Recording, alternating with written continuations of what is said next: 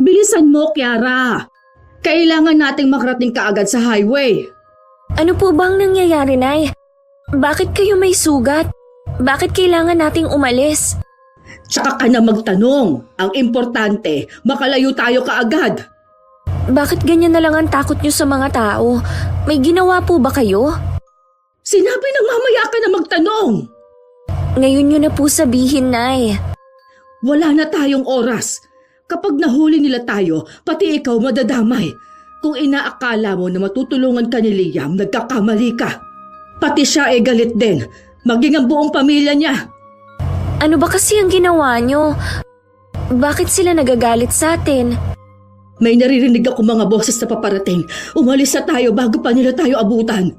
Pangako, sasabihin ko sa iyong lahat. Sa ngayon, kailangan muna nating makarating ng highway.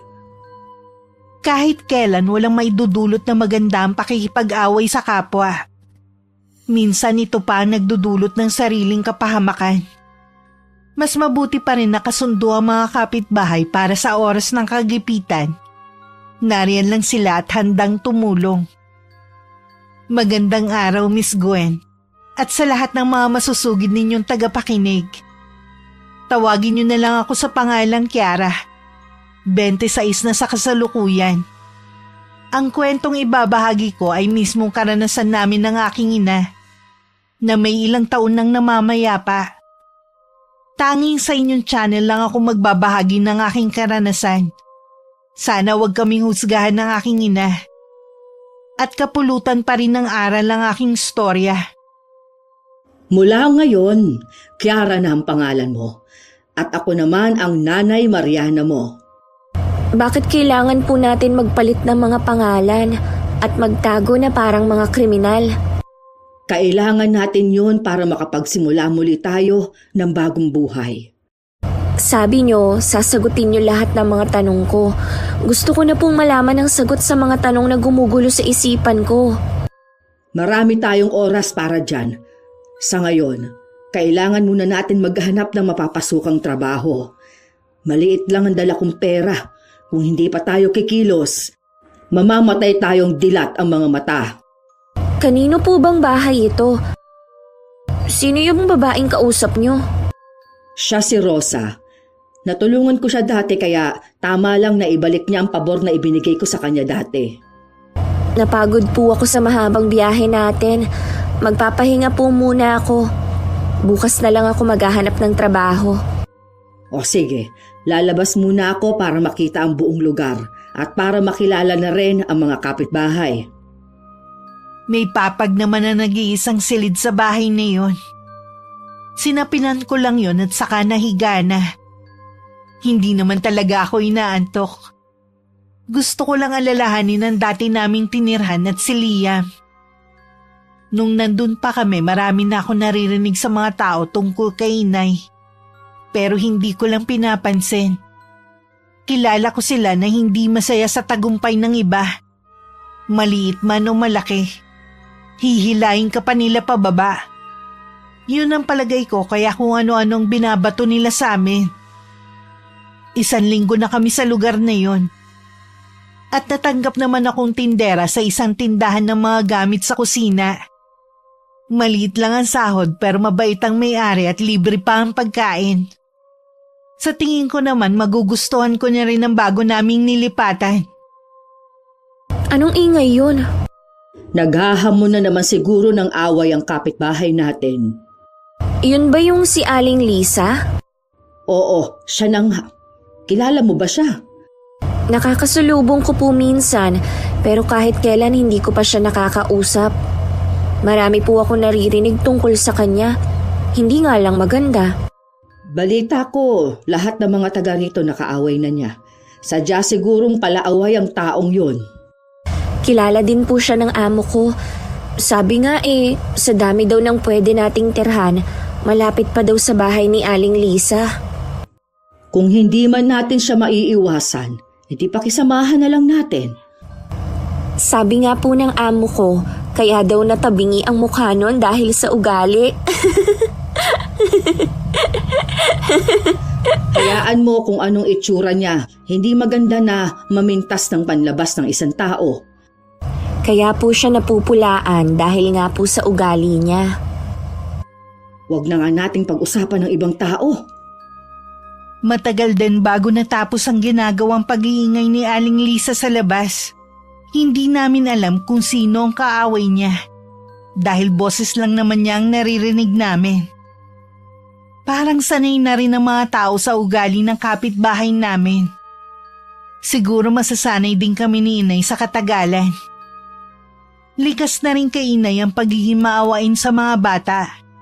Kaya kahit sinabihan ko na siya na wag nang manggamot, hindi rin niya napigilan ng sarili na gamutin ng isang batang may sakit na anak ng isa naming kapitbahay. Ilang araw na raw itong nilalagnat at walang pera ang mga magulang para madala sa ospital ng kanilang anak. Naaawa ako sa bata, pero hindi ko maiwasang mainis sa mga magulang. Alam na kasing mahirap ang buhay, nagpadami pa talaga ng anak. Hindi yata nila alam ang family planning kaya umabot ng 8 kanilang anak. Ngayon, alam na po nila na marunong kayong manggamot. Sigurado na dadagsain kayo ng mga tao. Hindi naman siguro. Tsaka sinabihan ko ang mag-asawa na huwag nilang ipagkakalat na ginamot ko ang kanilang anak. Mabuti po kung sumunod. Malalaman natin. Ang importante bumuti na ang lagay ng bata. Kayo lang naman po ang inaalala ko eh. Baka nakakalimutan nyo na kung bakit tayo napadpad sa lugar na to. Huwag mo nang ipaalala pa. Hanggang ngayon po, hindi nyo pa sinasabi ang totoong dahilan ng galit ng mga tao. Ang sabi nyo lang, kayo ang sinisisi sa pagkamatay ng anak ng konsehal sa atin. Alam ko po meron kayong hindi sinasabi sa akin eh. Sasabihin ko rin naman sa'yo pero hindi pa sa ngayon. Sabi na nga ba, yan na naman ang maririnig ko sa inyo. Kung tutuusin, mas maigi na ngang wala kang alam. Baka kasi maging sagabal pa sa iyo. Gusto ko pa rin pong malaman.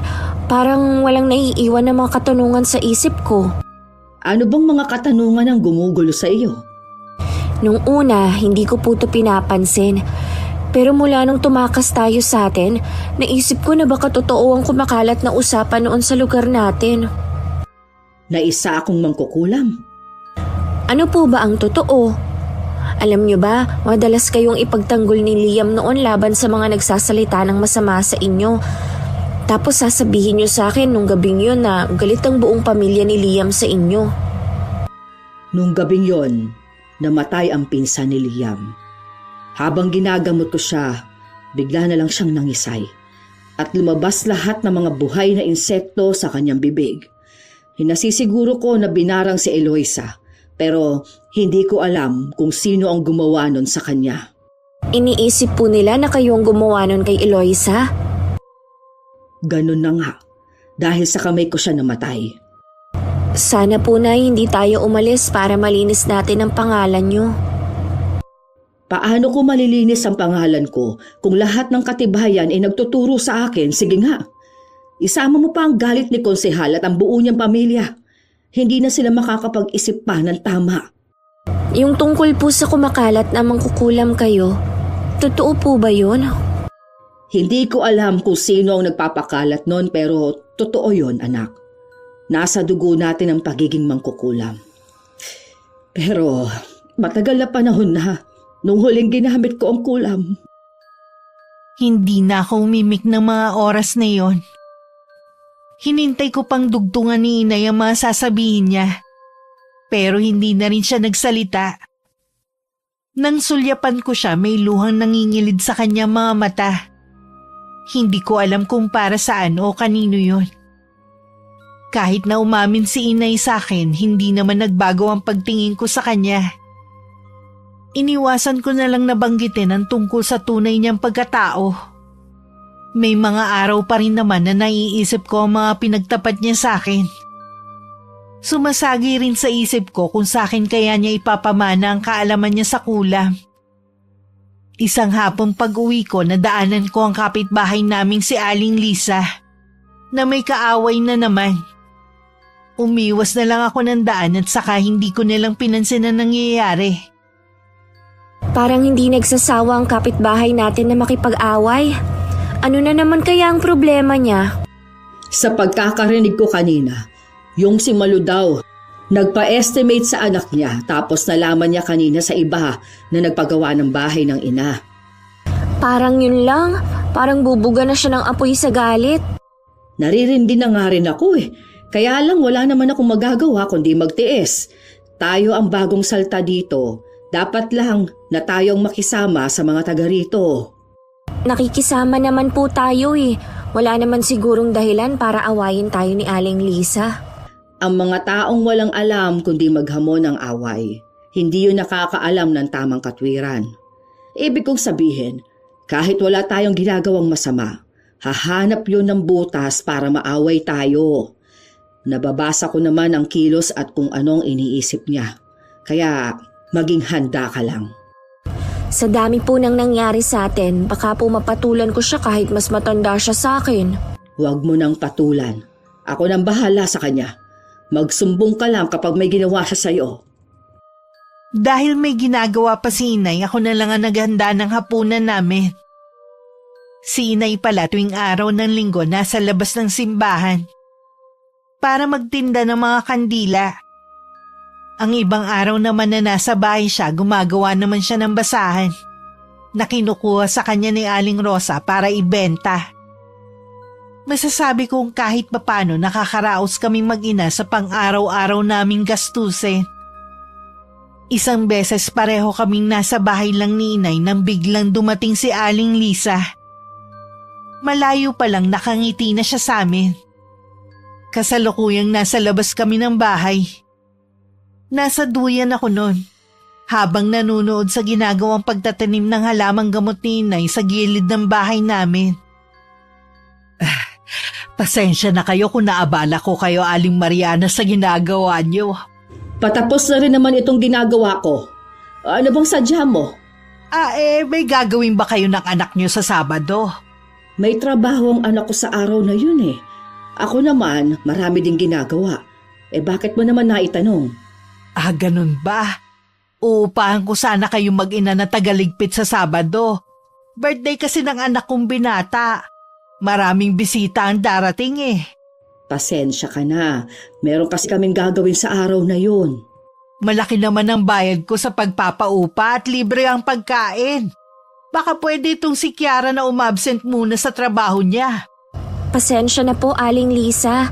Hindi po ako makaka-absent. Nakakahiya sa amo ko eh. Isang araw lang naman yon. Hindi ba pwede na pagbigyan niyo na ako? Hindi po talaga pwedeng, Aling Lisa eh. Baka naman nag-iinarte lang kayo. Mababa lang naman ang klase ng trabaho na meron kayo eh. Bakit hindi ka nalang magtanong sa iba? Sigurado naman na meron ka namang makukuha. Sabi mo nga, malaki ka naman magpaupa sa magtatrabaho sa'yo. Sigurado naman akong meron. Kayo lang ang una kong inalok dahil palagay ko, mas kailangan nyo ng ekstrang kita.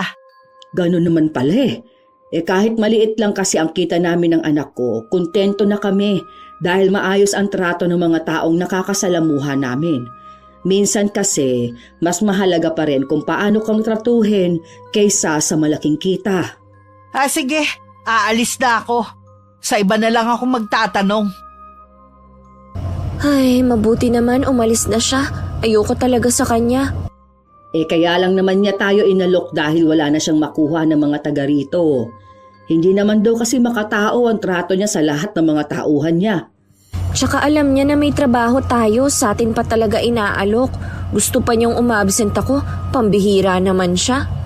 Sana naman, sa minsan nating pagtanggi sa kanya huwag na tayong pag-initan. Lahat na ng kakilala ni Aling Lisa na puntahan na niya at natanong ng araw na yun. Ni isa wala siyang nakuha para sana maging tagaligpit sa araw ng kaarawan ng kanyang anak. Mainit tuloy ang ulo niya na umuwi ng bahay.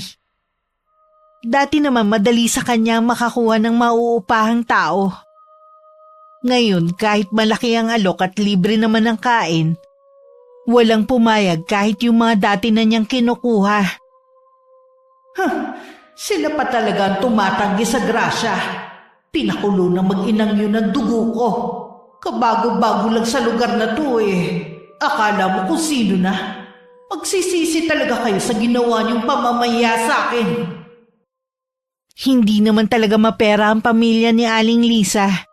Pero lihitimong tagaron ng pamilya niya. At lahat ng mga anak niya na pagtapos nilang mag-asawa. Nang dumating si Lino, ang panganay niyang anak, sinabi niya rito ang tungkol sa handaan na magaganap sa Sabado sa kaarawan nito. Di ba sinabi ko naman sa inyo na ayoko maghanda? Mas gusto ko yung magsimba lang tayo, tapos simpleng hapunan lang dito sa bahay. Eh ang dalawa mong kapatid tuwing birthday nila lagi namin pinaghahanda ng ama mo. Kaya tama lang na ipaghanda ka rin namin. Ayoko nga po kasi ng party. Alam nyo naman na tamad akong humarap sa maraming bisita eh. Bakit ba kasi pinangungunahan nyo ako? Ikaw na nga tong bibigyan ng party, ikaw pa tong nagagalit. Hindi naman ako nagagalit pero sana nakinig na lang kayo sa akin. At saka sayang yung pera ko nagagastusin sa ganyan. Sigurado naman ako na hindi ko kilala ang karamihan sa mga bisita nyo eh. Eh paano yan? Nasabihan ko ng mga kamag-anak natin at kaibigan. Di sabihan nyo po uli sila na wala ng party. Ituloy na lang natin. Nasabihan ko na ang Tito Jiro mo na siya ang magluluto sa araw na yon. At i-deliver na yung baboy na kakatayin sa Biyernes. Wala po akong gagastusin para dyan. 10 kayo kukuha. Di ba sabi ko naman sa inyo na mag-iigpit muna tayo ng sinturon dahil malaki na gastos ko sa pagpapagawa ng bahay natin. Alam ko naman may pera ka dyan eh, ayaw mo lang maglabas.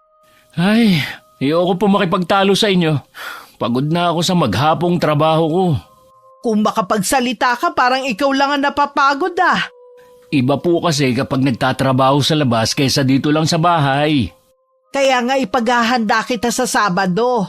Para makapag-relax ka. Ayaw mo naman. Ayoko nga po.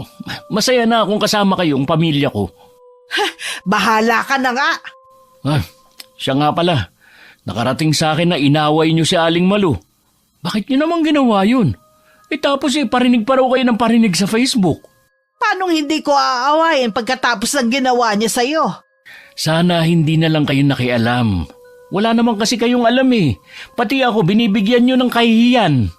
Sila dapat ang mahiya, hindi ikaw. Hindi lang po yung kay Aling Malu, pati sa iba. Hindi ba kayo nagsasawa na mang-away ng ibang tao? Lagi na lang kayong laman ng tsismisan eh. Ikaw ba kinakahiya mo ko bilang nanay mo? Hindi ko po kayo kinahihiya, kundi yung mga ginagawa nyo. Ganun na rin yun. Pagkatapos ng mga ginawa ko sa'yo, ito pala mapapala ko. Ang ikahiya mo. Napabuga na lang ng hangin si Lino sa inasal ng ina. Para tuloy gusto niyang pagsisiyan na inungkat pa ang bagay na yun. Lahat kasi silang magkakapatid apektado na sa ginagawa ng kanilang ina. Pati tuloy ibang tao umiiwas na sa kanila sa takot na awayin sila ni Aling Lisa. Sumapit ang araw ng Sabado. Wala naman kami nakita ni Inay na handaan kina Aling Lisa ng araw na yon. Nang dumating si Aling Rosa para kunin ang mga basahan na ginawa ni Inay, sinabi nga nitong hindi nga daw natuloy dahil ayaw ng anak. Ilang beses ko nang nakakasalubong yung si Lino. Mukha naman po siyang mabait. Mabait nga siya, katulad ng nanay niya.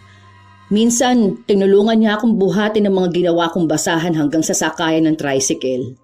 Mabait nga siya. Siguro nagmana siya sa ama niya. Sabi kasi mabait daw yung si Mang Jimmy. Oo, nakita ko na rin siya minsan.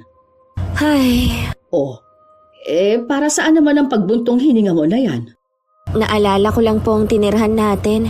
Ibang-iba po kasi sa tinitirhan natin ngayon. Tsaka namimiss ko na rin po ang mga kaibigan ko doon. Di ba't sabi ko naman sa'yo, kalimutan mo na ang lugar na yon. Ayoko nang marinig na babanggitin mo ulit ang nakaraan natin. Hindi ko lang po maiwasan na hindi maalala. Kung hindi po tayo umalis doon, malamang po nag-aaral na ako. Malaki kasi ang tsansa na makasama ako sa scholarship. Talaga bang gusto mo mag-aral? Oo naman po. Iba pa rin kasi kapag may tinapos. Tsaka po gusto ko rin maibigay sa inyong maginhawang buhay. Pasensya ka na anak kong nahihirapan ka dahil sa akin. Hindi ko po kayo sinisisi, Nay. Pero isa yun sa pangarap ko talaga. Naniniwala ako na matutupad mo ang pangarap na yan balang araw. Sana nga po, Nay. Kung hindi man, ay ayos lang. Basta lagi po tayong magkasama.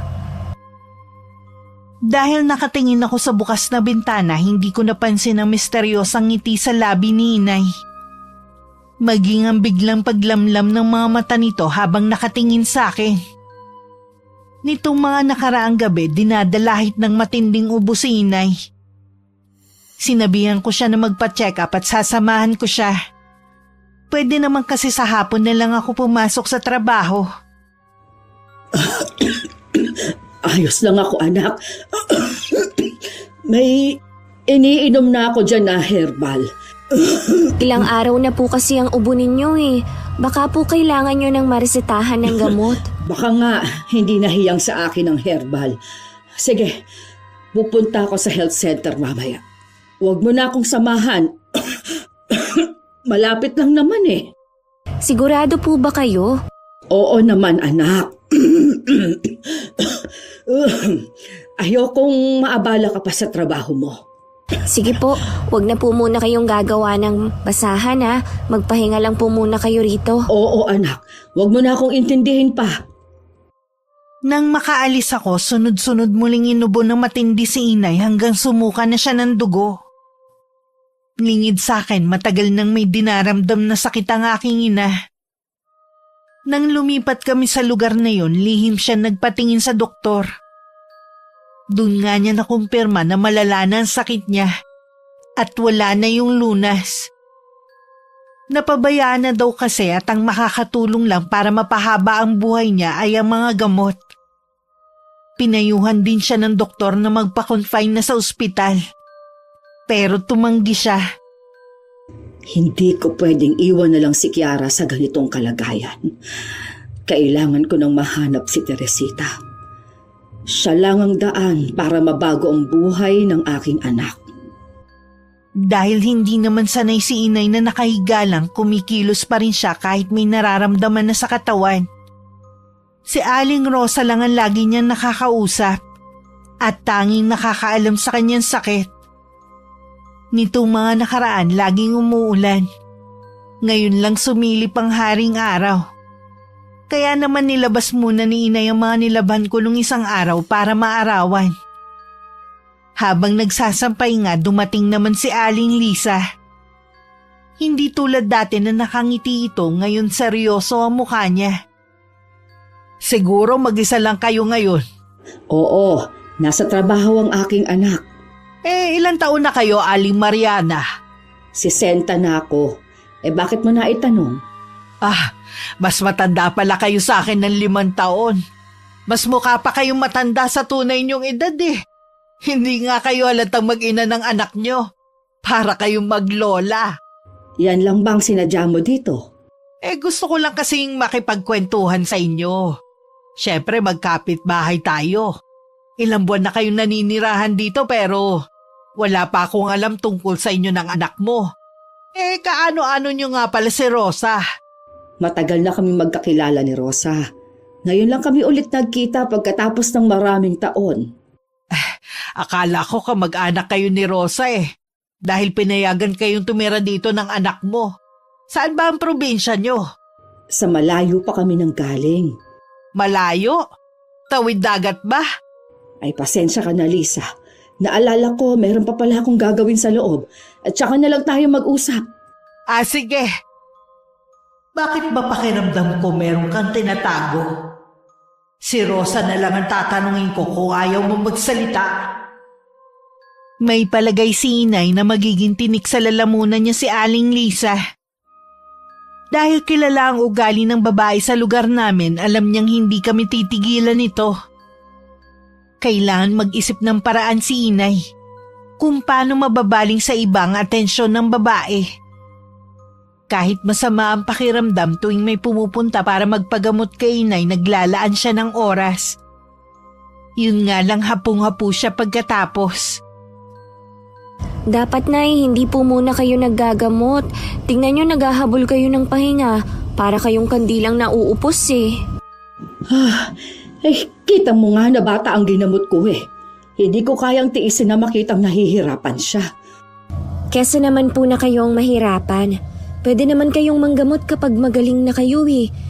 Kaya din siguro hindi mawala-wala ang ubo nyo dahil sa pagod. Huwag mo na akong sermonan. At hindi mo rin naman ako mapipigilan sa ginagawa ko. Sasagot pa sana ako nang may tumatawag sa labas ng bahay. Nang sumilip ako, si Aling Lisa pala. Kahit hindi ko pa siya pinapatuloy, kusa na siyang pumasok. Nakita pa niya na nakaupo si Inay sa upuang kawayan. May kailangan po ba kayo, Aling Lisa? Nabalitaan ko kasi na marunong palang manggamot ang nanay mo. Magpapagamot sana ako eh. Ilang araw na kasing masakit ang likod ko. Masama din po kasi ang pakiramdam ni Inay.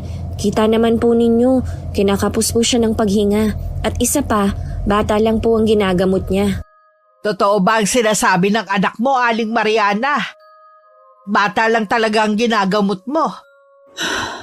Totoo ang sinasabi ni Kiara. Hindi na rin kasi ako ganong kalakas para gamutin ang lahat ng may sakit. Nag-aksaya lang pala ako ng oras sa pagpunta rito eh. Akala ko pa naman gagaling na ako. Ipinagyayabang ka pa naman ni Lita na mahusay. Kung si Lita ang nagsabi sa'yo, malamang na nasabi niya na bata lang talaga ang ginagamot ko. Nabanggit ko sa kanya yun dati. Wala siyang nababanggit na kahit ano. Kung sinabi niya, hindi na ako para mag-aksaya ng panahon ko sa pagpunta rito. Nakikiusap po ako. Kailangan na po ng Inay na magpahinga. Bastos ka rin, no? Kita mo nga nag-uusap pa kami ng nanay mo eh. Hindi mo kailangan sigawan ng anak ko. Bastos eh. Palibhasa kasi walang pinag-aralan. Hindi nga yata nakatuntong ng high school tong anak mo eh. Nakatapos naman po ako. Bakit ganyan ang asal mo? Ikaw ang bastos, Lisa. Nakakalimutan mo na yatang narito ka sa pamamahay namin. Alam ko. Baka kayo ang nakakalimot na dayo lang kayo rito. Hindi kami nakakalimot. Kaya nakikisama kami sa mga taga rito. Nakikisama daw. Hindi nga kayo marunong pakiusapan eh. Kung masama pa rin ang loob mo dahil tinanggihan ka namin, nagpaliwanag na kami noon. Hindi naman pwede. Nahihinto kami sa ginagawa namin para lang pagbigyan ka. Baka alis na nga. Baka kung saan pa mapunta ang usapan na to. Ay, salamat naman at umalis na. Tara na po, Nay. Magpahinga na po kayo sa kwarto natin. Huwag mo na lang dibdibin ang mga sinabi niya. Opo, Nay. Mula ng araw na yun, kami na naging target ni Aling Lisa. Marami siyang reklamo sa amin at mga parinig. Para siyang batang hindi lang napagbigyan tapos matindi na ang tantrum. Nung una hindi na lang namin pinapansin. Pero nagulat na lang kami na merong pumunta na barangay tanod sa bahay. Inirereklamo daw kami ng kapitbahay namin na maingay sa gabi at hindi sila makatulog. Matindi kasi ang ubo ni Inay sa gabi. Dahil siguro sa gabi malamig ang panahon. Ipinaliwanag ko naman ng maayos sa may edad ng lalaki. Naunawaan naman kami at humingi pa ng dispensa sa abala sa amin. Alam ko kung anong naglalaro sa isipan mo. Huwag mo nang ituloy pa. Kakausapin ko lang naman po eh. Yung mga ganong tao, hindi marunong pakiusapan. Sumusobra na po kasi siya. Alam ko. Meron ngang sinasabi si Rosa. Marami daw tinatanong sa kanya si Lisa tungkol sa atin. Mukha daw malaki ang pagdududa sa atin. Ano po ang sabi sa kanya ni Aling Rosa? Sinabi lang naman niya na iisang probinsya kami at doon kami nagkakilala. Hindi ako natatakot na ilalaglag tayo ni Rosa. Nay, ano po bang ginawa niyong pabor kay Aling Rosa? Bakit ganun na lang pong pagtulong niya sa atin at tiwala niyo sa kanya? Ilang beses ko na kasing tinulungan si Rosa noon sa pamamagitan ng kaalaman ko sa kulam. Sa tagal na panahon, Ngayon lang ako humingi ng pabor sa kanya. Kung may iba lang nga tayong mapupuntahan ayoko na dito. Sabi nga ng amo ko, ibang klase daw talaga yung si Aling Lisa Kapag nakursunadahan kanya na awayin, hindi kanya titigilan. Huwag niya akong subukan dahil kapag napuno ako sa kanya, may kalalagyan siya sa akin. Alam ko po na kaya niyong saktan si Aling Lisa, pero huwag kayong gagawa ng isang bagay na pwedeng magpahamak sa atin. Pipigilan kong sarili ko hanggat kaya ko. Basta't huwag ka lang masasaktan. Habang naglalakad ako pa uwi, may dala akong pinamili gaya ng kalahating tray ng itlog at mga gulay. Nagulat na lang ako nang biglang may bumangga sa akin. Nabitiwan ko ang mga pinamili ko at muntik na rin ako matumba. Nang lingunin ko ang taong bumangga sa akin, nanlaki ang mga mata ko. Si Aling Lisa pala. Hindi ka kasi tumitingin sa dinadaanan mo. Ang luwag po ng kalsada, nabangga niyo pa ako. Sinadya niyo yata Hoy, Kiara! Huwag mo kong pagbibintangan, ha? Ikaw tong tatanga-tanga Anong sinabi niyo? Hindi mo ba narinig ang sinabi ko, ha? Hindi ka lang pala tanga. Bingi rin. Naalala ko nga palang sinabi niyo sa akin noon na para bang hindi ako nakapag-aral. Kayo ba nakapagtapos? Oo naman, no. Hindi lang ako kung saan nag-aral. Produkto ko ng private school. Ganun naman pala Bakit yung ugali niyo asal kanal? Dinaig niyo pa ang mga taga-kanto sa dumi ng lumalabas sa bibig niyo. Mabuti pa nga sila, alam ang salitang respeto. Kayo, puro kayabangan lang sa katawan ng alam. Bawiin mo yung mga sinabi mo, kundi magsisisi ka. Bakit? Napapahiya kayo sa mga nakakarinig, ha? Alam nila na totoo ang sinasabi ko. Hindi lang nila masabi ng harapan. Kasi alam nila kung paano pa rin rumispeto sa kapwa. Pero sabi nyo nga, dayo lang kami dito ni Inay. Kaya bakit kita igagalang? Tama lang ang mga sinabi ko. Wala akong balak bawiin yon. Anong tinitingin-tingin nyo dyan, ha? Hala, magsiuwi na kayo. Sa susunod, wag na kayong gagawa ng isang bagay na kayo din ang mapapahiya. Itong mga itlog na to, mapapalitan pa naman to. Pero ang naranasan nyo ngayon, araw-araw nyong maaalala. Lingid pala sa amin ni Aling Lisa na sa di kalayuan lang ang anak nitong si Lino. Nakita at narinig niya ang lahat ng nangyari. Nagpupuyos naman ang kalooban ng kanyang ina na umuwi ng bahay. Hinanap nito ang asawa pero hindi niya nakita. Lalo siya nagwala sa galit. Nararamdaman niya kasi na nasa kabit na naman niya ito. Isa yun sa mga dahilan kung bakit laging mainit ang ulo niya. Ay, mabuti dumating ka na, anak. Alam mo ba kung nasaan ang papa mo? Huwag niyo na pong hanapin lagi si Papa. Uuwi din naman yon kung kailan niya gusto Parang hindi na bahay ang tingin niya dito sa atin Hindi naman na talaga. Kung ako sa inyo, tanggapin niyo na lang na wala na sa inyo ang puso ni Papa. Oo, alam ko. Dahil nandun na sa kabit niya. Kasalanan niyo rin naman kung bakit nabaling sa ibang babae ang pagtingin ni Papa. Bakit ko naman kasalanan, ha? Ako ang asawa niya. Alam namin pero hindi niyo ginampanan ang tungkulin na yon. Dahil mas abala kayo sa pakikipag-away niyo. Katulad kanina. Tama bang banggain niyo yung babae, ha? Para naman kayong bata Nakita mo pala yun. Marami pa akong nasaksihan sa mga ginagawa niyo sa mga kapitbahay natin. Ako na lang talagang nahihiya. Oo, inaamin ko. Sinadya kong banggain ng malditang yun. Narinig mo naman siguro kung anong mga sinabi niya sa akin. Walang preno ang bibig niya. Totoo naman kasi mga sinabi niya. Huwag niyong ipagyabang na nakatapos kayo kung ganyan din lang namang kagaspang ang ugali niyo sa ibang tao. Kahit kailan talaga, hindi mo man lang ako makampihan. Nanay mo ko. Minsan naiisip ko na dapat pinisil ko na lang ang ilong mo nung sanggol ka para hindi ka nabuhay ngayon. Ganyan niyo ako tratuhin, kaya hindi na ako nagtataka kung gaano kayo kasama sa ibang tao. Hindi mo naman kasi ko naiintindihan. Lagi ka nalang kumakampi sa mga taong hindi mo naman kadugo. Baguhin niyo kasi ang ugali niyo.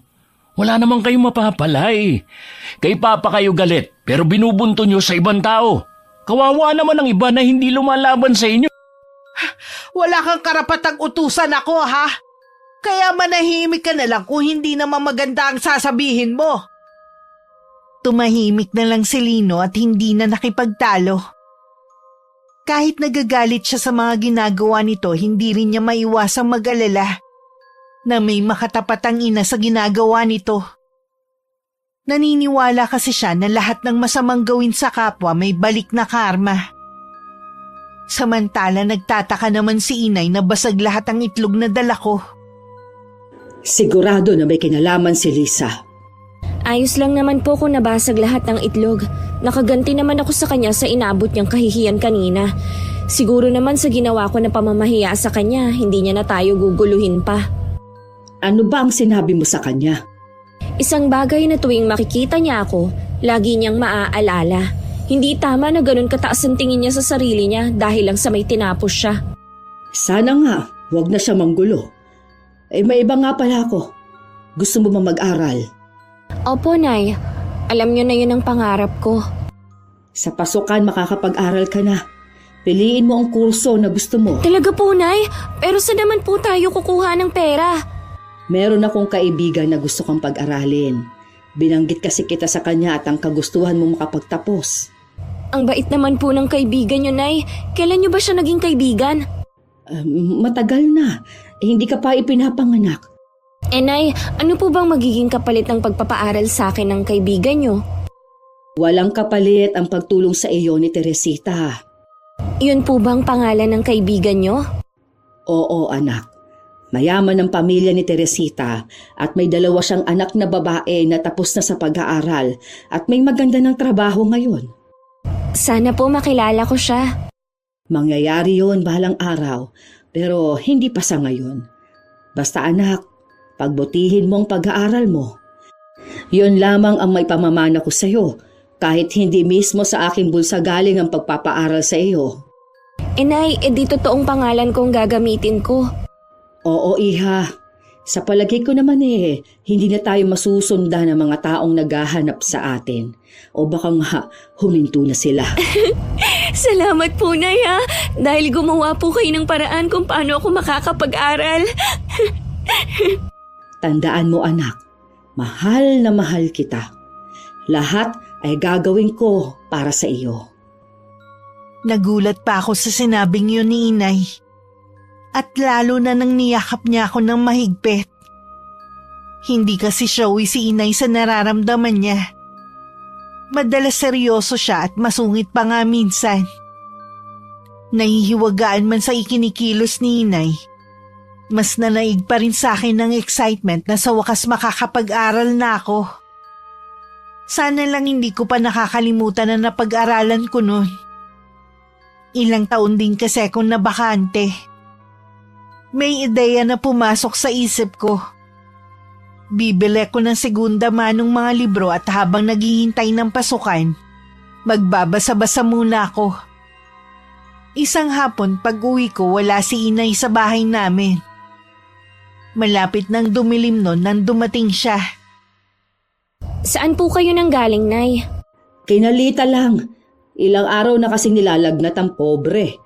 Dinalhan ko lang ng herbal na lagi nating iniinom kapag tinatrangkaso tayo. Nakipagkwentuhan na rin ako sandali. Uso po yata ang sakit ngayon eh. Kanina po kasi hindi rin pumasok ang amo ko dahil may trangkaso din. Oo nga, uso nga ang sakit ngayon. Pero si Lita kasi, pagkatapos maarawan, naulan na naman nung hapon. Nagtabas daw kasi siya sa paligid ng kapilya. Nakakaawa nga kasi ang ibinayad lang daw sa kanya sa maghapong pagtatrabaho, 100 piso. Ano po? Upa sa pagtatabas 100 lang? Sino naman ang walang pusong nagbayad sa kanya ng ganon? Si Lisa ang umupa sa kanya. Ang mali naman ni Lita, hindi muna siya nagtanong. Hindi naman daw niya kasi akalain na ganon lang ang ibabayad sa kanya. Wala talaga siyang konsensya. Nung nagpapadagdag na daw siya pa ang inaway. Ang dami na agad sinabi sa kanya. Ang kaya lang naman niya yung mga hindi lumalaban sa kanya. Pinayuhan ko na lang si Lita na wag nang tanggapin ang kahit na anong trabahong ipagagawa nito. Hayaan nyo na lang kako siya maglinis ng kapilya nila. Nakaramdam din ako ng awa kay Aling Lita. Mabait kasi to at lagi pang masayahin kausap. Sa pagkakaalam ko, siya nag-aalaga sa mga apo. Habang parehong nagtatrabaho ang mga magulang ng mga bata. Naisip ko tuloy sa buhay natin maraming klase ng tao tayong makikilala. Para sa akin, si Aling Lisa na ang pinakawalang puso sa lahat. Matulin na lumipas ang mga araw at linggo. Nakapag-enroll na ako sa malapit na university sa amin. Magkahalong excitement at kaba ang nararamdaman ko, lalo na sa 1 linggo na ang pasukan. Nagpaalam na rin ako sa mabait kong amo at natuwa siya sa magandang kapalaran ko. Excited ka na siguro anak sa pasukan. Opo, at may halo rin ka ba? Normal lang yan. Basta't pagbutihin mo at huwag ka munang tatanggap ng manliligaw, ha? Mag-focus ka muna sa pag-aaral mo. Opo, Nay. Hindi ko sasayangin ang ibinigay sa aking oportunidad. Nay, kailan ko ba pwedeng makita si Ma'am Teresita? Busy pa kasi sa ngayon. Basta, kapag handa na siya, sasabihan na lang niya tayo. Ano po ang itsura niya? Katulad ba siya ng mga gumaganap sa TV na mga mayayaman na laging naka-makeup kahit nasa bahay lang? Nakasuot ng magandang damit at puno ng alahas ang buong katawan? Nako, hindi anak. Simpleng babae lang siya. Ni minsan, hindi ko pa siya nakita na naka-makeup. Maamong mukha niya at kahawig mo siya. Ha? Ibig niyo pong sabihin maganda rin po ako na katulad niya? Maganda ka naman talaga. Kaya siguro nagkagusto sa iyo si Liam nun kahit malayo ang antas ng buhay natin sa kanila. Akala ko po ba hindi na po natin babanggitin ng nakaraan? Ay, naisip ko na hindi maiiwasan na mabanggit kung saan tayo nakatira dati. Kung sakali man na magdesisyon kang bumalik doon, hindi kita pipigilan. Sana lang nakapagtapos ka na para taas noo kang haharap kay Liam at sa iba. Bahala na po. Marami din po kasing pwedeng magbago. Baka po kapag nakatapos na ako, may asawa na si Liam. Gusto lang kitang bigyan ng permiso. Ayoko na lagi ka na lang maging sunod-sunuran sa akin. Saka, masanay ka rin na hindi ako ang laging kasama. Para pong may kakaiba sa pagsasalita ninyo. Marami lang akong napagtanto nitong mga nakaraang araw. Sana pala noon ko pa ito ginawa. Katulad po ng ano? Sana hindi ko nalang hinadlangan ang kagustuhan mong makapag-aral noon. Di sana ngayon, magtatapos ka na. Siguro po ito ang nakatakdang mangyari sa akin. Hinihingal na naman ako. Magpapahinga na lang muna ako sa kwarto, ha? Talaga po bang magaling na kayo? Tingin ko sa inyo lalong nangangayayat. Oo naman. Di ba nga galing ako ng health center nung isang araw? Tsaka nakabuti yung pag-inom ko ng herbal. Sige po, Nay, magpahinga na muna kayo. Maliban sa bigla ang pagbagsak ng katawan ni Inay, wala naman akong kakaibang napansin sa kanya. Masigla naman siya at parang walang iniindang karamdaman. Dumating ang araw ng pasukan. Naging abala na ako noon para mapansin ang nangyayari sa paligid ko. Ganon din si Inay na lingid sa akin. Mag-isang lumalaban sa sakit niya. Diyos ko, ngayon lang ako tatawag sa inyo. Pahabain niyo pa ang buhay ko alang-alang sa anak ko. May kailangan pa akong gawin para masiguro ang magiging kinabukasan ni Kiara. 2 linggo na akong pumapasok noon nang dumalaw si Aling Lisa sa bahay. Si Inay lang ang nadatnan niya. Naabala sa pamimitas ng mga halamang gamot na kanyang tanim. Sinulyapan pa nito ang uniform na nakasampay. Totoo nga pala ang balita na nag-aaral ang anak mo. Paano nangyari yun? Ano ang ibig mong sabihin? Paano siya nakakapag-aral Hirap na nga kayo sa pagkain niyo pa lang. Problema na namin yon. Ang mahalaga, makapagtapos ang anak ko para hindi siya basta nalang tapakan ng kung sino. Baka naman hindi estudyante ang anak mo. Baka naman... Huwag mo nalang ituloy ang sasabihin mo. Tingnan mo na lang ang uniform ng anak ko at kung saan siya nag-aaral. Madali lang namang manghiram ng uniforme at sabihin na nag-aaral eh. Alam ko rin ang logo kung saan siya nag-aaral kuno. Kaya nagdududa ako kung totoo nga ang sinasabi mo. Huwag mo na lang kaming pakialaman pa para hindi ka na namumroblema. Bakit ko naman kayo po problemahin eh? Mga kapitbahay ko lang naman kayo. Wala akong pakialam sa inyong mag-ina. Kung ganon, anong ginagawa mo dito sa harapan ko? Wala ka naman palang pakialam pero nakikipagtalo ka. Napadaan lang naman ako kaya naitanong ko na rin. Hindi naman sa ipinagtatabuyan kita ha. Marami pa kasi akong gagawin. Kailangan ko pang ilaga ang mga halamang gamot na ito. Napapansin ko lagi nyo na lang akong pinagtatabuyan eh. Kailangan mong intindihin na hindi lahat ng tao ay katulad mo na maraming oras. Sige, aalis na ako. Salamat naman at umalis na rin. Nakakaramdam na naman ako ng sobrang pagod. Lingid sa amin ni Inay, inalam pala ni Aling Lisa sa eskwelahan na pinapasukan ko kung dun ako nag-aaral. May pamangking kasi siya na dun din pumapasok. At yun ang inutusan niya. Dahil totoong pangalan ng ginamit ko, walang nakuhang impormasyon tungkol sa akin. Salamat, Iha. Pasensya ka na sa abala, ha? Tama talagang hinala ko na sinungaling ang mag-inang yun. Wala kaming kamalay-malay na kung ano-ano na ang pinagkakalat ni Aling Lisa na paninira laban sa akin. Dahil dayo lang kami, mas marami ang naniwala sa kanya. Dahil nangako ako kay Inay na puro pag-aaral lang ang iisipin, hindi ko nalang pinapansin ang malilisyosang tingin na ibinibigay sa akin ng mga tao. Kailangan kong magtapos. Iyon ang paulit-ulit kong sinasambit sa utak ko.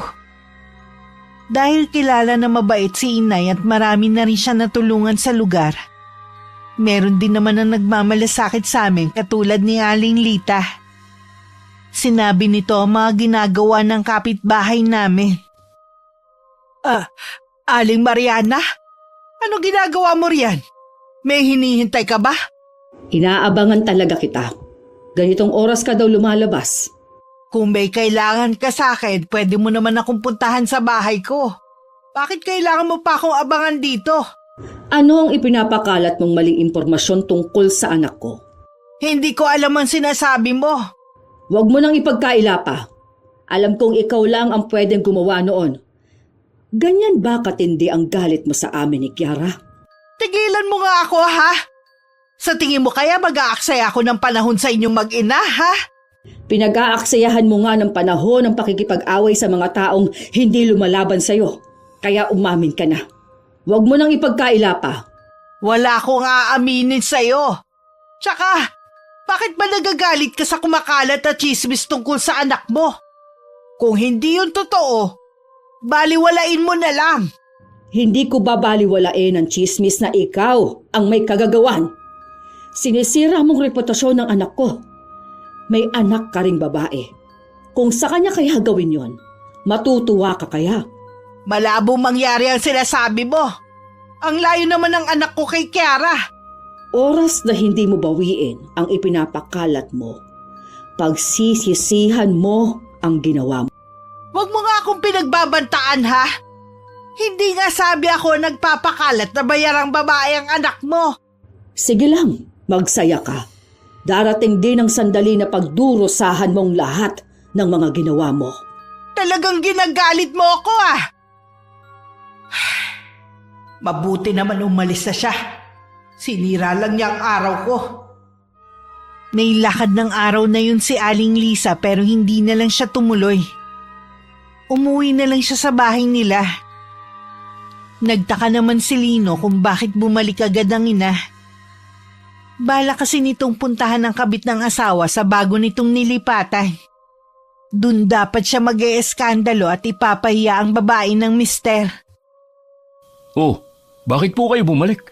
Nagbago na ba ang isip nyo? Hay nako, nabuisit kasi ko kaya hindi na ako tumuloy. Sino naman po nagpainit ng ulo nyo? Sino pa ba? Di ang kapitbahay natin. Sina Aling Mariana at Kiara? Wala nang iba. Aba, inabangan ba naman ako ng Mariana na yun malapit sa terminal ng tricycle? Pwede naman akong puntahan dito sa atin eh. Uy, ano po ang pakay niya sa inyo?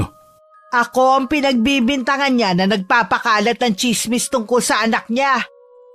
Tingin ko naman totoo ang balita eh.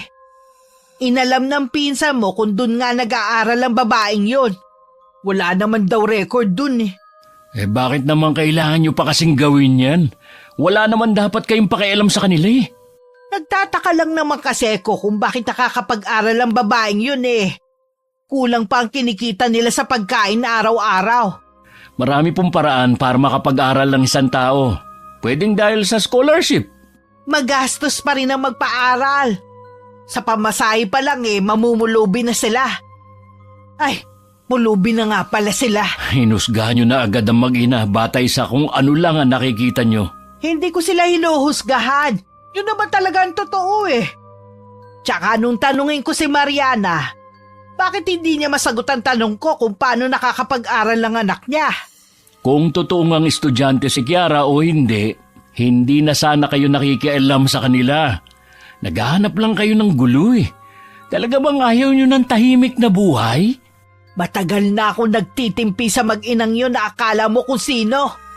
Mga dayo lang naman dito sa atin. Mabuti nga masira ang reputasyon ng anak niya. Tapos sasabihin niyo na hindi kayo nagpakalat ng chismis tungkol kay Kiara. Huwag mo sabihin na kinakampihan mo na naman sila. Kumakampi lang ako sa kung ano ang tama. Kahit tingin mo mali, ako pa rin dapat ang kampihan mo dahil mama mo ko. Napapailing na lang si Lino sa mga pinagsasabi ng nanay niya. Dahil likas na mabait ang binata, nakakaramdam siya ng awa sa aming mag-ina. Samantala, nakarating na rin sa akin ng kumakalat na balita sa lugar namin. Pumasok agad sa isip ko si Aling Lisa. Wala naman kasing ibang gagawa nun kundi siya. Naiyak na lang ako sa galit at sama ng loob. Bakit po may mga taong katulad ni Aling Lisa? Hindi na nawawala ang mga katulad niya. Huwag ka na lang magpapaapekto sa kanya. Mag-focus ka lang sa pag-aaral mo. Pasensya na, Nay. Baka makapagsalita lang ako sa kanya ng hindi maganda kapag nagkita kami sa labas. Baka ikaw pang mabaliktad kapag ginawa mo yan. Kinumpronta ko na siya. Hindi siya umaamin na siya ang may kagagawan ng pagpapakalat sa paninira na yun sa'yo. Mag-iisip pa rin po ako ng paraan kung paano ko malilinis ang pangalan ko at siya naman ang mapapahiya sa bandang huli. Hay, basta mag-iingat ka sa mga gagawin mo. Tuso ang babaeng yon. Opo, Nay. Ayoko lang maging tulad ng mga taong inaaway niya. Kaya din siguro namihasa siya dahil walang lumalaban. Mula nang tumira tayo sa lugar na ito naging palaban ka na. Mabuti yan para alam mo na kung paanong pangalagaan ang sarili mo kapag nawala na ako. Maipagtatanggol mo ang iyong sarili. Kahit kaya ko ng pangalagaan ng sarili ko, kailangan ko pa po kayo, Nay. Kapag nawala kayo sa tabi ko, para akong batang naliligaw. Kailangan ngayon pa lang, tanggapin mo ng katotohanan na hindi tayo habang buhay na magkakasama. Bakit niyo po ba yan sinasabi, Nay? Meron po bang problema? Wala naman. Gusto ko lang maging handa ka sa hinaharap. Tingin mo ba sa akin bata pa ha? Mula na magkausap kami ni Inay, nag-iba na ang pakiramdam ko.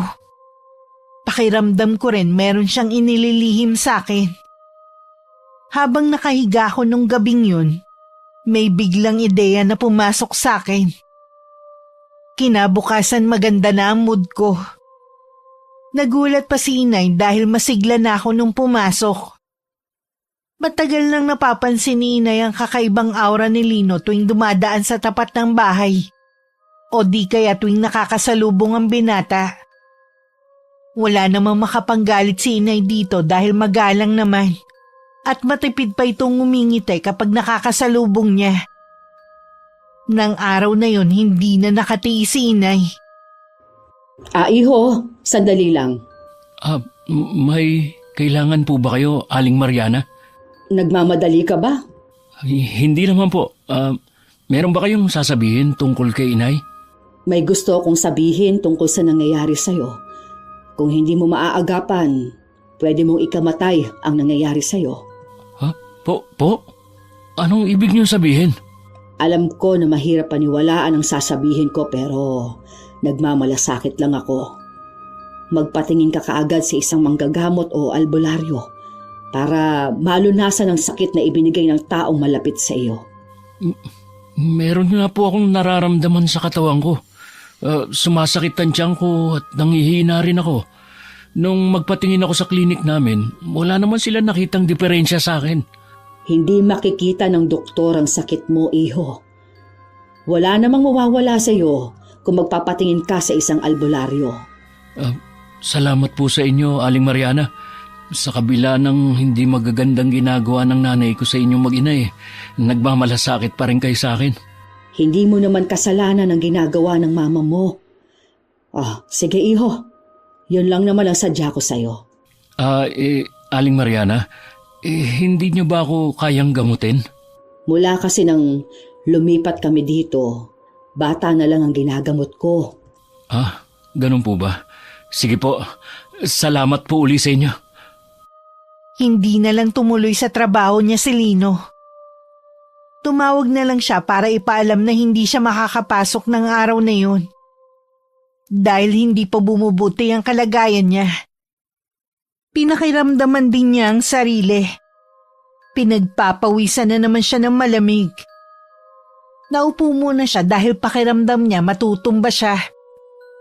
Dumating naman si Aling Lisa na galing tindahan at naabutan ng anak na balisa. Akala ko ba papasok ka ngayon? Sana nga po Kaya lang bumalik na lang ako. Masama pa rin kasi pakiramdam ko Tingin ko may nakain ka lang na nakasama sa tiyan mo. Wala ka rin kasing ingat sa kinakain mo Ang naalala ko lang, may nagbigay sa akin na kasamahan ko sa trabaho na pagkain. Nagtaka nga ako dahil alam ko na galit siya sa akin. May kakilala ba kayong albularyo? Bakit naman albularyo ang kailangan mo? Dapat sa doktor ka pumunta. Yun po kasi sabi ni Aling Mariana Ano naman ang kinalaman ng kapitbahay natin sa nangyayari sa'yo? Siya nagsabi sa kakaiba kong sakit. Hindi rin daw doktor ang kailangan ko. Nagpapaniwala ka naman sa sinasabi ng matandang yon. Tumayo ka riyan at sasamahan na kita sa doktor. Hindi nga po doktor ang kailangan ko, kundi isang albularyo. Saan naman ako maghahagilap ng albularyo sa lugar na to, ha? Ang huling albularyo na kilala ko nabatay na, bata ka pa. Pwede po bang magtanong-tanong kayo sa mga kakilala o kamag-anak natin? Sigurado ako wala din silang alam kung saan makakahanap ng albularyo. Ano? Ayaw mo ba talaga magpa-check up sa doktor? Hindi na po. May gawain kami sa kapilya ngayong araw. Hindi kita masasamahan dito sa bahay. Magpahinga ka na lang muna. Total ayaw mo magpadala sa doktor. Pinilit namang magpahinga ni Lino pero habang tumatagal sumasakit lalo ang tiyan niya. Panay na rin ang suka niya at nagdidilim na rin ang kanyang paningin. Gusto sana niyang tawagan ng mga kapatid pero malayo ang trabaho ng mga yun. Baka bago pa makauwi malala na ang kondisyon niya. Ang ama naman niya siguradong abala yun sa kabit nito. Susubukan ko na lang humingi ng tulong kay Aling Mariana. Ayoko na wala man lang akong gawin. Kahit nanginginig ang mga tuhod, pinilit niyang tumayo at maglakad papunta sa bahay namin. Parang alam naman ni Inay ang pagdating ni Lino. Lumabas siya ng bahay at sinalubong na ang lalaki. Nagkataon na nasa bahay din si Aling Rosa. Tumulong na rin ang babae para madala sa loob ng bahay ang binata. Sa mahabang upuan na kawayan na lang nila pinahiga ito. Pasensya na po kayo, Aling Mariana, kung naabala ko kayo.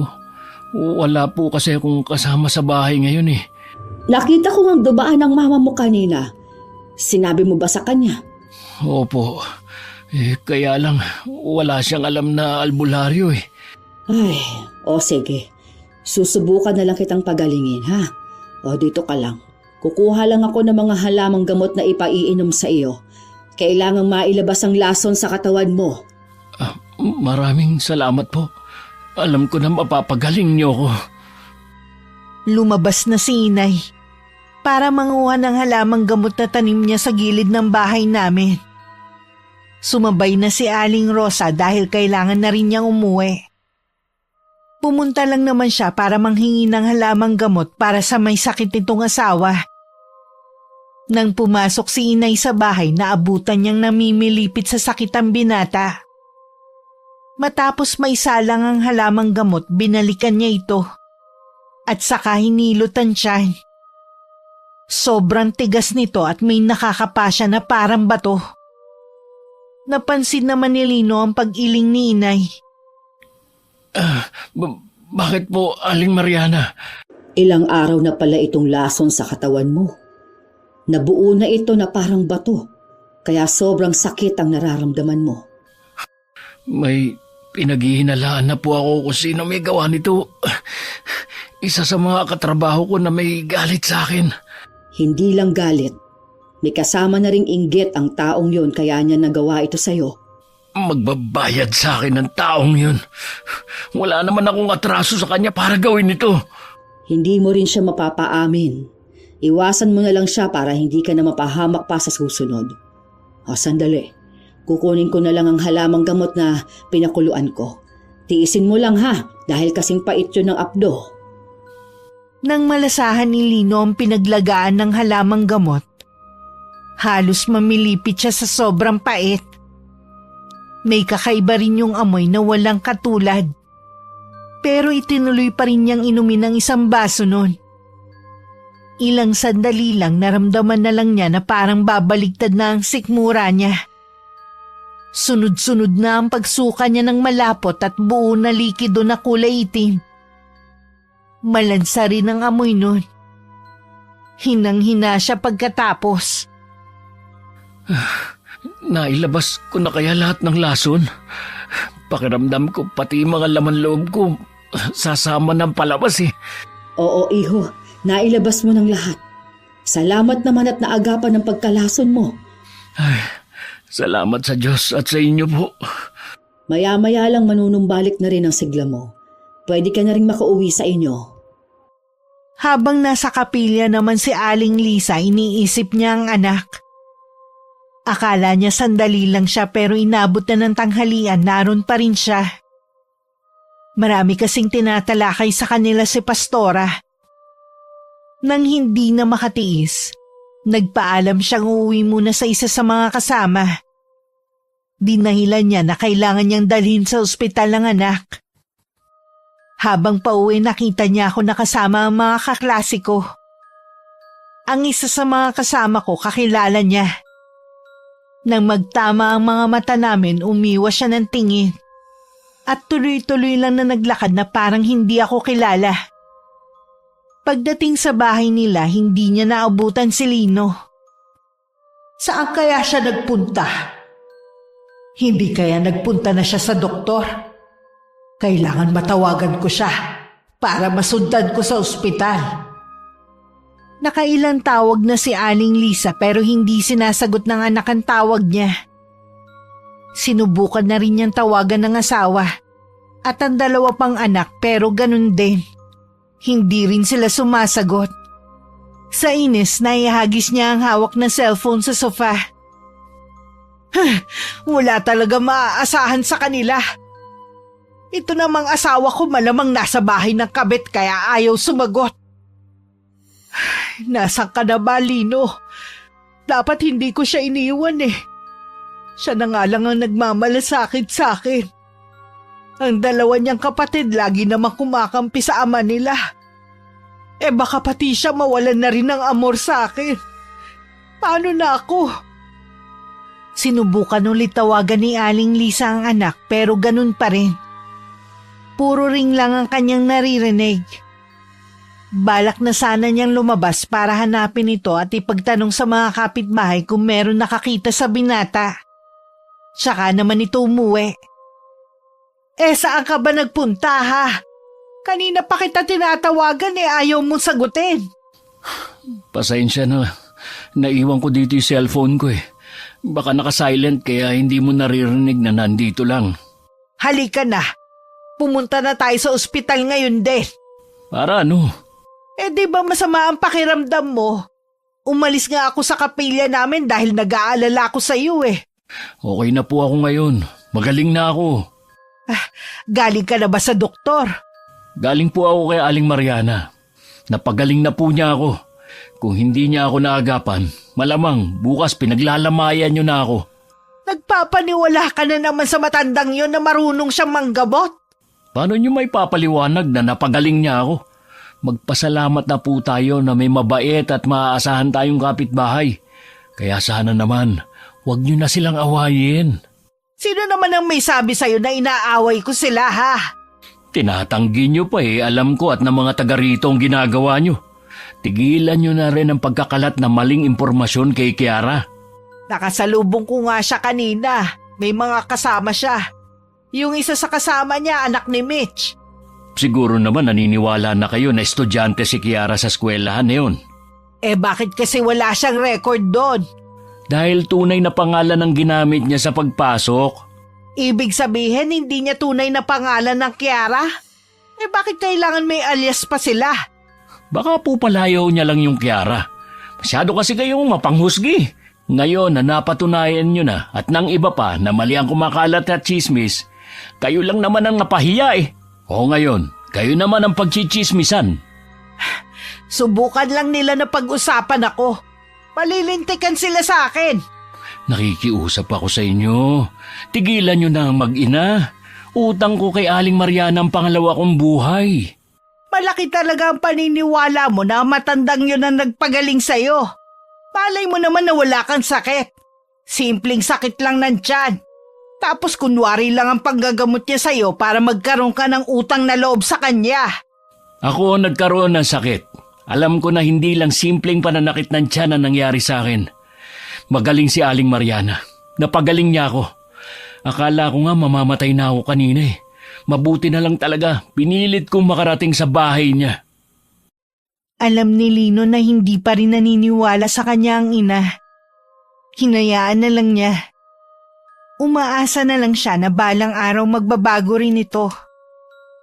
Kinabukasan, pagpasok niya nalaman niyang umalis na sa trabaho ang kasamahan na may galit sa kanya. Mas lalo niya na sigurong ito nga talaga ang naglason sa kanya. Sa pag-alis ng katrabaho, nagkaroon naman siya ng peace of mind. Samantala, lalo naman nagalit si Aling Lisa sa aming mag-ina. Hindi niya matanggap na sa aming kumakampi ang anak niya. Marami na rin kasi ang nakikisimpatya sa amin. Hindi matanggap nito na siya ang lumalabas na masama. Bakit ba ang aga mong manggulo sa bahay namin? Ano? Bahay niyo? Patira lang kayo dito ni Rosa. Sige na, nakikitira lang kami dito. O ano bang kailangan mo? Sino ba kayo mag-ina? Bakit kailangan palitan ng mga pangalan niyo? Hindi ko alam ang sinasabi mo. Huwag ka na magsinungaling pa. Kaya pala hindi makita ng pamangking ko ang pangalan ng anak mo dahil tunay na pangalan ang ginamit niya sa pagpasok sa eskwelahan. Di inamin mo na rin na ikaw ang nagpakalat ng paninira sa anak ko. Oo, ako nga.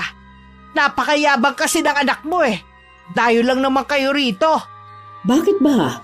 Ganoon na lamang ang kainit ng dugo mo sa amin ng anak ko, ha? Nagtanong ka pa talaga? Ang mabuti pa, umalis na kayo mag-ina. Lumipat na kayo ng ibang bahay. Wala kang karapatang paalisin kami dito.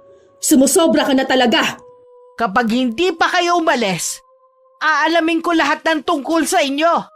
Malakas ang kutob ko na meron kayong tinatago na mag-ina. Ikaw ang umalis sa pamamahay ko.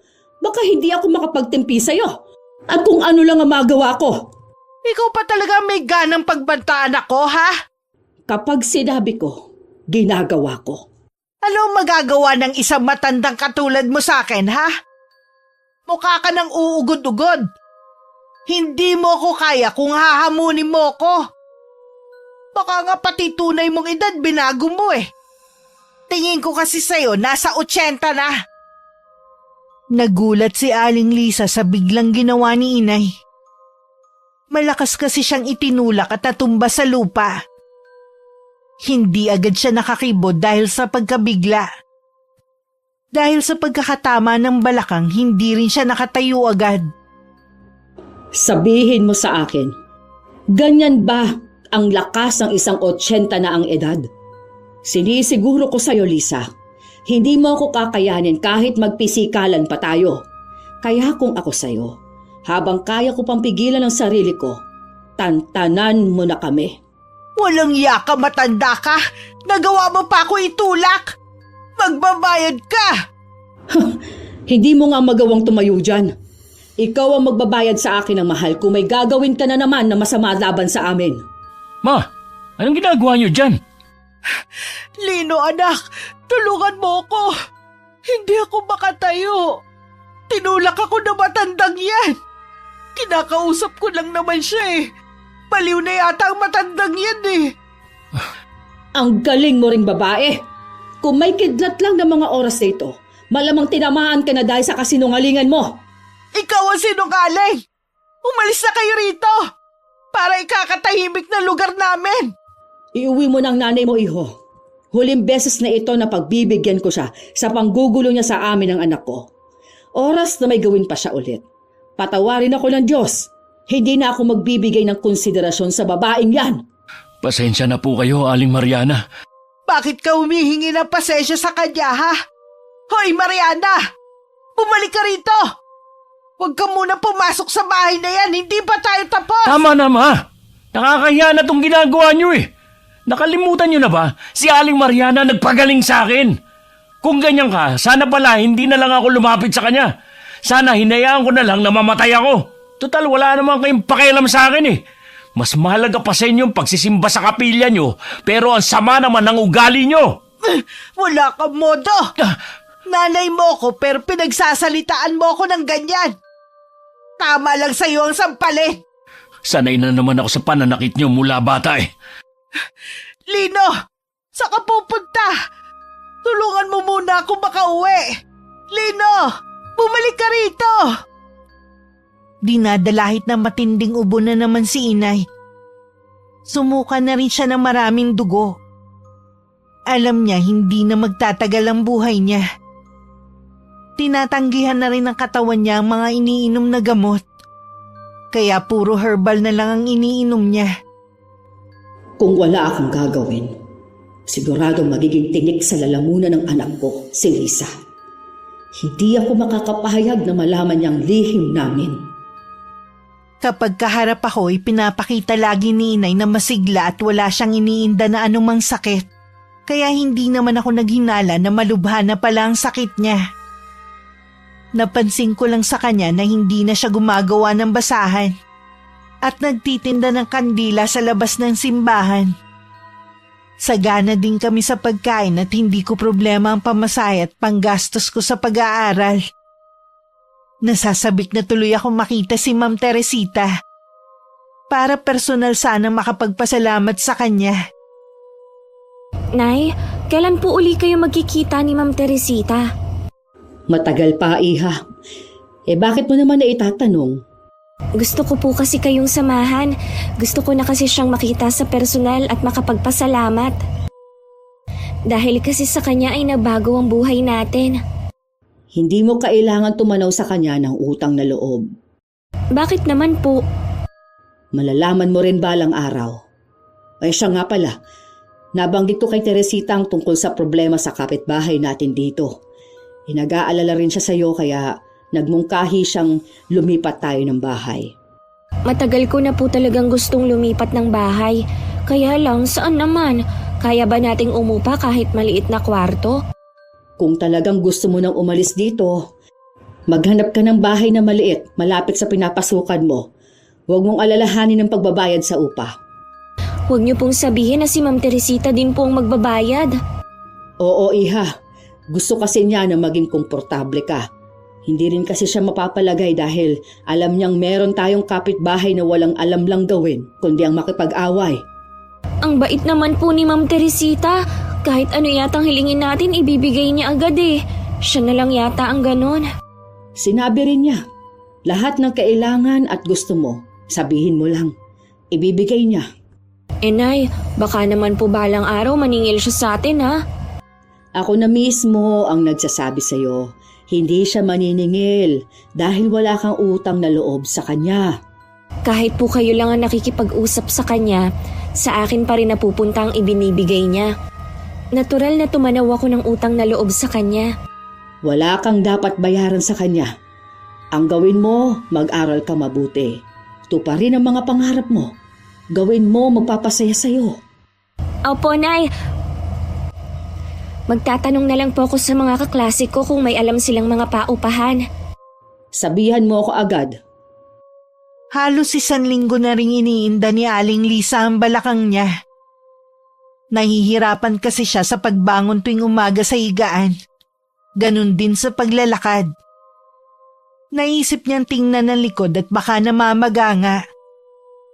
Ganun na lang ang gulat niya na makita ang malaking pasa.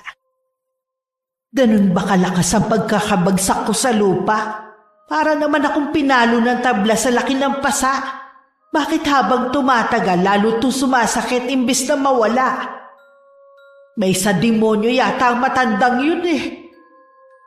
Tuwing tatangkain niya na lumabas ng bahay lalong sumasakit ang balakang niya. Pakiramdam niya pinipiga yun.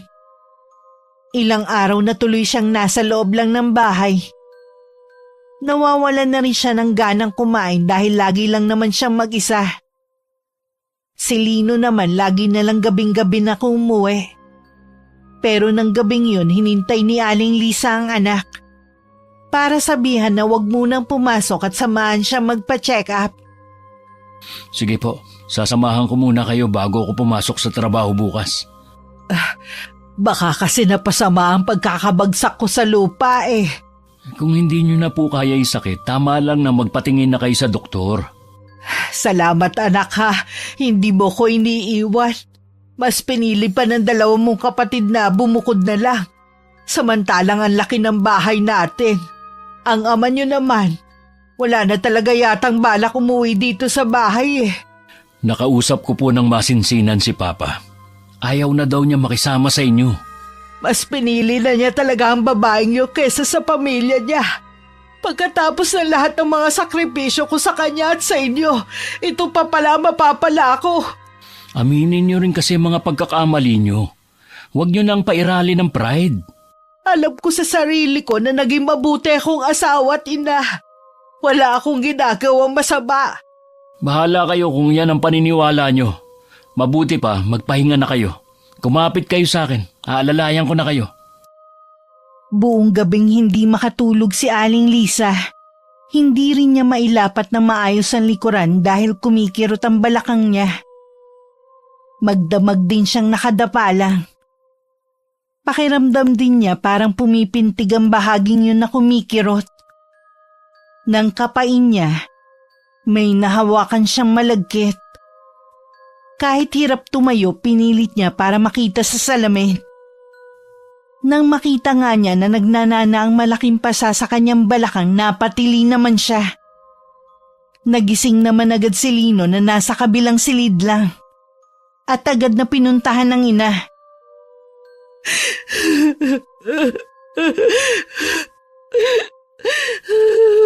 Tahan na po.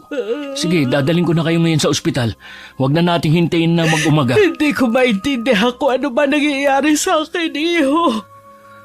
Doktor lang ang makakapagsabi kung ano ba nangyayari sa inyo. Kasalanan to ng matandang yun. Humanda siya sa akin, sasampahan ko siya ng kaso. Huwag na po muna yan ang isipin nyo. Anak, pwede mo ba tingnan ang likod ko? Para kasi may gumagalaw eh. Tiningnan naman ni Lino ang likod ng ina. Ganun na lang ang takot niya nang makita ang napakaraming uod na gumagalaw sa sugat ng ina. Parang babaliktad ng sikmura na iniiwas na lang niya ang tingin dito. Ang ilan pa nga sa mga yon naglaglagan na sa higaan. Anong meron? Bakit parang naduduwal ka dyan? Nakakadiri na ba ha? Hindi ko po alam kung paano sasabihin eh. Sabihin mo kung anong meron. Inuud po yung sugat niyo. Ha? Tanggalin mo ang mga yan, Lino. Alisin mo. Takot ako sa uod. Napakarami ng mga to, ma. Halos mapuno na ang buong sugat niyo eh. Dalhin mo na ako sa ospital. Huwag ka lang tumayo dyan. Sige po, pakikiusapan ko lang si Tito Glenn na samahan kayo. Pagdating ng mag-ina sa ospital, agad naman silang inasikaso ng mga doktor. Nagtataka naman si Lino kung bakit pagdating nila doon, nawala na parang bula ang mga uod sa sugat ng ina. Nagamot naman agad ang sugat at niresetahan sila ng gamot. Pinalabas din agad sila ng araw na yun. Dahil hindi naman daw maluba ang sugat nito. Pero pagdating sa bahay, bumalik na naman ang mga maliliit na uod sa sugat ni Aling Lisa. Umiiyak naman sa matinding sakit ang babae. Wala na itong ginawa kundi sumigaw. Kahit ang mga gamot na nireseta, hindi rin tumatalab. Sa labas ng silid ng ina, napapaisip naman si Lino. Hindi pangkaraniwan ang sakit ni Mama. Hindi kaya kinukulam siya. Sino naman ang gagawa? Si Aling Mariana kaya? Siya naman ang may kagagawan kung bakit nagkasugat si Mama eh. Nang makatulog ang ina, iniwan na muna to ni Lino. Pumunta siya sa bahay at naabutan pa niya sa labas si inay. Hindi na naman siya nagulat sa biglaang pagsulpot ng binata sa amin. Sinulyapan lang niya ito bago binalik ang atensyon sa ginagawa. Bakit niyo po binubunot yung mga halaman niyo, Aling Mariana? Ililipat ko kasi ito sa mga paso. Ha? Bakit naman po? Sa lilipatan kasi namin ng anak ko walang lupang katulad nito. Aalis na po kayo? Oo, iho. Para sa kapakanan ng anak ko. Aling Mariana, kaya pala ako narito dahil meron akong tatanong sa inyo. Tungkol ba sa nangyayari sa mama mo? Ha? Opo. May kinalaman po ba kayo? Kung sabihin ko sa'yong meron, ano ang gagawin mo? Makikiusap po ako sa inyo. Natigilan niyo na ang mama ko. Hirap na po kasi siya eh. Ginawa ko yon para turuan ng leksyon ng mama mo. Kung hindi ko yon ginawa, hindi niya titigilan ang anak ko.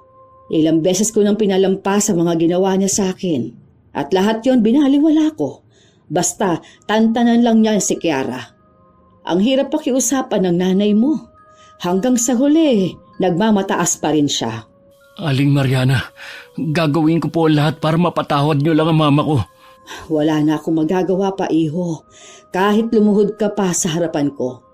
Wala nang lunas ang karamdaman niya. Mag-enjoy na lang siya sa natitirang araw niya. Kung magagawa pa niya yon. Ayos lang po ba kayo? Ha? Dugo! Kung makakaluwag sa kalooban mo, may taning na rin ang buhay ko.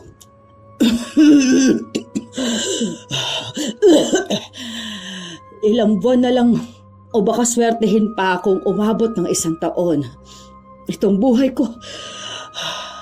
Sabihin mo sa mama mo na magkita na lang kamo kami sa impyerno. Bigo na umuwi si Lino sa kanilang bahay. Kinausap din niya ang ama at 2 kapatid na anumang oras pwedeng bawian ng buhay si Aling Lisa. Lahat sila hindi umalis sa tabi nito. Bakas din sa kanila ang lungkot. Kailangan pa pala na magkasakit ako na malubha para makumpleto tayo bilang pamilya. Kung alam ko lang sana, noon ko pa hiniling na magkasakit ako. Salamat na rin natatupad ang huli kong kahilingan na makita at makasama ko kayo. 1 linggo rin na pinahirapan si Aling Lisa ng kanyang sakit. Walang gabi na hindi siya umiiyak at sumisigaw sa magkahalong takot at sakit na nararamdaman. Batid niya kasi na malapit na siyang mawala sa mundo. Hindi na rin siya makapagsalita. Sa likod ng isip niya, humingi siya ng kapatawaran sa lahat ng taong nagawan niya ng masama. Nang pumanaw siya, kamag-anak lang ang dumalo sa libing niya. Dahil sa masama niyang ipinakita sa kapwa, hindi rin nagkaroon ng simpatya sa kanya ang mga tao. Kung ano ang kanyang itinanim sa kapwa, yun din ang kanyang inani. Yun ang malungkot na katotohanan. Samantala, hindi na rin naitago ni Inay ang sakit niya sa akin. Nakaratay na lang siya ng mga sandaling yun. Anak, meron sana akong ipagtatapat sa iyo. Alam ko na po na si Ma'am Teresita ang tunay kong ina. Nung nag-aayos po tayo ng mga gamit sa paglilipat, nakita ko po ang diary nyo. Kayo ang nagpaanak sa kanya at saka ko iniwan sa inyo. Bunga lamang po ako ng panggagahasa sa kanya. Para hindi masira ang pamilya niya, iniwan ako sa inyo. Matagal ka nang hinahanap ng nanay mo. Mabuti na lang natuntun ko siya at gusto niyang bumawi sa iyo. Alam ko, mahirap gawin pero patawarin mo na siya. Nagkausap na rin po kami at nagkapatawaran. Matiwasay na akong aalis dahil alam ko na maiiwan kita na nasa mabuting kalagayan. Pero Nay, kayo po ang kailangan ko, hindi ang material na pwedeng ibigay ng tunay kong ina. Hindi ko rin gustong iwan ka.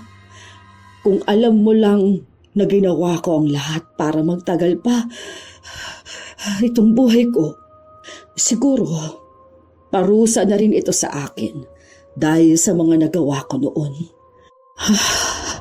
Meron sana akong hiling sa iyo.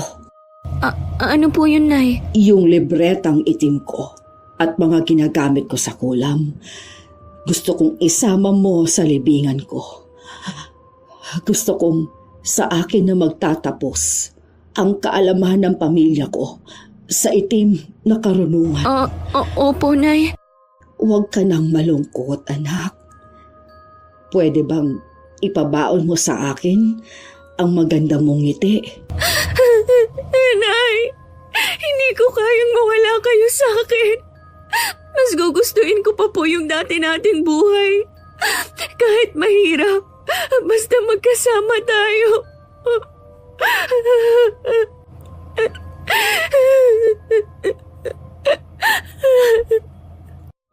Wala akong ginawa ng mga oras na yun kundi umiyak ng umiyak. Kinagabihan pumanaw na si Inay habang hawak ang kamay ko. Lahat ng bili ni Inay sinunod ko. Tuwing wala akong pasok sa eskwelahan, lagi kong dinadalaw ang puntod niya. Panahon na lang siguro ang makakapagsabi kung kailan mawawala ang lungkot at pangungulila na nararamdaman ko. Lahat ng pangarap naming dalawa tinupad ko, Miss Gwen. Mas pinili ko na rin mag-solo. Sa kabila ng gusto ko rin makasama ang aking tunay na ina at mga kapatid. Mas mabuti pa rin talaga na mamuhay na mabuti kesa masama. Dahil ang paniningil ng karma mas malupit sa inaasahan natin.